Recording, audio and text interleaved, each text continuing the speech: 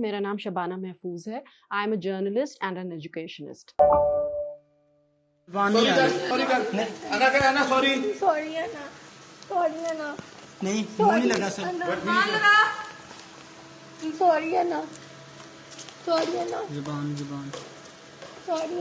یہ واقعہ بہت ہی زیادہ قابل مذمت ہے، لیکن اس سے زیادہ الارمنگ بات یا افسوس کی بات یہ ہے کہ یہ کوئی پہلا واقعہ نہیں ہے. اس طرح کے واقعات پہلے بھی آ چکے ہیں، آتے رہتے ہیں، اور بہت سے واقعات ہیں وہ شاید میڈیا تک پہنچتے ہی نہیں ہوں گے کہ لڑکی نے شادی سے انکار کر دیا تو اس کو گولی مار کے ہلاک کر دیا، لڑکی نے شادی سے انکار کر دیا تو اس پہ تیزاب پھینک دیا، لڑکی نے شادی سے انکار کر دیا تو اور کسی طریقے سے جو ہے اس کو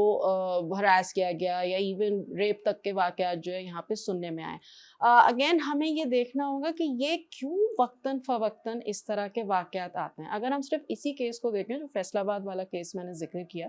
تو یہ ایک بہت امیر ایک شخص، اسٹیبلشڈ بزنس مین، اور اس میں سب سے زیادہ اور افسوس کی بات یہ ہے کہ جو اس کی بیٹی یعنی جو لڑکی کی دوست تھی وہ بھی اس کو انکریج کری تھی کہ میرے والد سے تم یہ جو شادی کر لو، اس کا رشتہ قبول کر لو. جو ویڈیو بنی ہے اس ویڈیو میں پیچھے ایک عورت کی بھی آواز آ رہی ہے جو کہ شے دے رہی ہے اور رادر انسٹرکشنز دے رہی ہے کہ اب یہ کریں اور یہ کریں اور اس طرح کریں. تو یہاں پہ جو ہے ہمیں ساتھ ساتھ یہ نظر آتا ہے کہ اس میں بعض دفعہ عورتیں بھی اس پورے جو ہے وائلنس کے لوپ میں شامل ہیں. اس مرد نے اس طرح کیوں ریاکٹ کیا یہ سمجھنا شاید اتنا مشکل نہیں ہے. طاقت کا نشہ، پیسے کا نشہ، ایسا شاید وہ کوئی شخص ہے یا ایسے اور بھی شخص ہیں جو اس طرح جو ہے جنہوں نے یہ جرائم کیے ہیں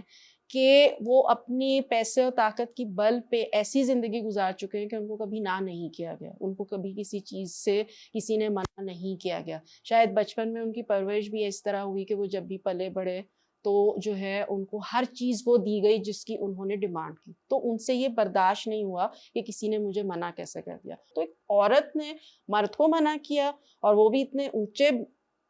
کوئی کسی درجے پہ پہنچے ہوئے مرد کو منع کیا، اس مرد سے برداشت نہیں ہوا تو وہ انتقامی کارروائی پہ اتر آیا. اور بہت سے واقعات ہیں، لیکن میں ایک واقعے کا ضرور ذکر کروں گی جو اس سے ریلیٹڈ ہے اور وہ بہت مشہور، سب کو پتہ بھی ہے. بیرسٹر خدیجہ صدیقی جو کہ اب ایکٹیوسٹ بھی ہیں اور اس طرح کے یا دوسرے کوئی بھی ہیومن رائٹس ریلیٹڈ ایشوز ہیں اس پہ بہت فائٹ کرتی ہیں. ان کے اوپر بھی ان کے کالج کے کولیگ تھے، جو ہے دوست بھی شاید تھے، انہوں نے پرپوز کیا، خدیجہ نے منع کیا. تو دن دہاڑے ایک مصروف سڑک پر خدیجہ پر 23 بار خنجر سے وار کیا گیا ہے. اور یہ قسمت تھی خدیجہ کی ایک تو کہ وہ ان کی زندگی سے وہ ہاتھ نہیں دھو بیٹھی، حالانکہ جان لیوا حملہ تھا، وہ بچ گئی. دوسرا یہ کہ وہ بہت اسٹرانگ ولڈ تھی اور اعصاب بہت جو ہے یعنی کہ مضبوط اعصاب کی مالک ہیں کہ انہوں نے اس کیس کو فائٹ کیا اور جو ہے کافی عرصے تک اس پہ لڑتی رہیں. اور جو ان کا یہ کولیگ تھا جو لڑکا تھا اس کو 5 سال کی سزا بھی ہوئی تھی. یہ اور بات ہے کہ وہ بعد میں رہا ہو گیا. تو یہ اس طرح کے جو ہے ہمیں اپنے معاشرے میں یہ واقعات نظر آ رہے ہیں. اور وہی بات آپ دیکھیں کہ جو ہے اس طرح کے کوئی بھی ریلیٹڈ ڈومیسٹک وائلنس ہو، اس طرح کے اٹیکس کی بات ہو، آپ کو یہ نیگیٹو چیزیں اپنے ڈراموں میں نظر آ رہی ہیں. آپ کو رادر یہ دکھانا چاہیے، کچھ ڈرامے قابل تعریف ہیں جو کہ پازیٹیو طریقے سے یا سولوشن اورینٹڈ دکھائے جاتے ہیں، جیسے خدیجہ صدیقی کے واقعے پر مبنی ڈرامہ بنا تو وہ جو ہے ایک اچھی کاوش تھی. اور ورنہ آپ کے ڈرامے کے ہیرو، ویلن نہیں، ہیرو ایسے ہوتے ہیں جن کو دکھایا جاتا ہے کہ ان کو کالج میں ہوئی بات ہے کہ لڑکی پسند آ گئی، لڑکی نے منع کر دیا تو وہ روز اس کا راستہ روکیں گے، اس کا ہاتھ پکڑیں گے، اس کو دھمکی دیں گے کہ میں تمہیں جان سے مار دوں گا، میں تمہارے گھر میں یہ کر دوں گا، تم نے مجھے منع کیسے کیا. اور آخر میں ڈرامے میں یہ دکھاتا ہے کہ اس کی جنونی محبت سے اتنی جو ہے متاثر ہوتی ہے لڑکی کہ آخر میں وہ اسی لڑکے سے شادی کر لیتی ہے. تو ہم یہ اپنے ڈراموں میں کیا دکھا رہے ہیں؟ اور اس پہ ہماری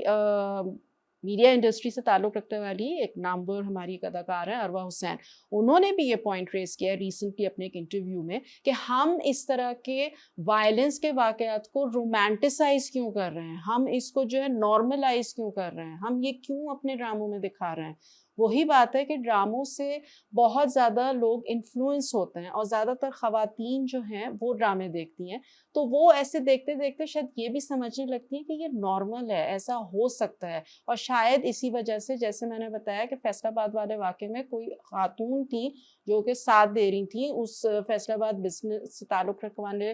بزنس مین کی بیٹی نے بھی اس چیز میں ساتھ دیا تو شاید اس کو بھی لگتا ہوگا کہ میرے باپ نے ایسی کیا بری بات کہہ دی, وہ اس کی جو ہے خواہش ہے. تو ہم ان چیزوں کو جب نارملائز کرتے ہیں تو تبھی اس طرح کے واقعات ہوتے ہیں. تو سب سے بڑی بات یہ کہ یہ نارمل نہیں ہے, یہ کسی بھی ایک نارمل انسان کی جو ہے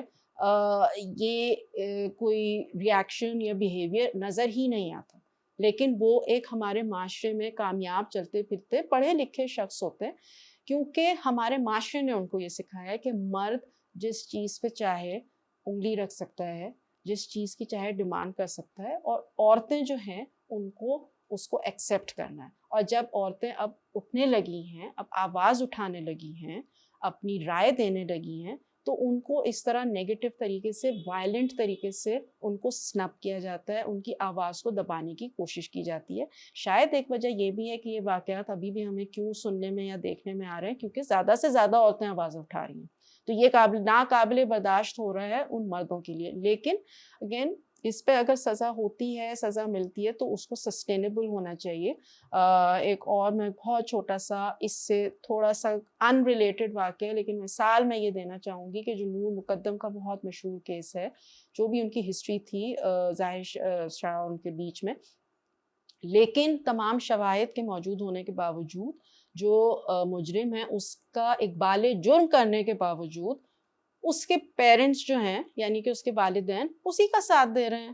وہ اس کو بچانے کی کوشش کر رہے ہیں, وہ کیس فائٹ کر رہے ہیں کہ ہمارا بیٹا کسی طرح بچ جائے. قندیل بلوچ کا جب مرڈر ہوا تو شروع میں اس کے بوڑھے ماں باپ نے اپنے بیٹے کو اس سے قطع تعلق کر دیا, کیس کیا, کیونکہ قندیل بلوچ جو ہے ان کے خاندان کی کفالت کا بھی ذریعہ تھی, اور اپنے بیٹے کو بہت برا بھلا کہا, لیکن بالآخر اپنے بیٹے کو انہوں نے معاف کر دیا, وہ بیٹا چھٹ گیا. تو یہ اس سے کیا سبق معاشرے کو ملا کہ آخرکار بیٹا بہت ضروری ہے, بیٹا کچھ بھی کر لے,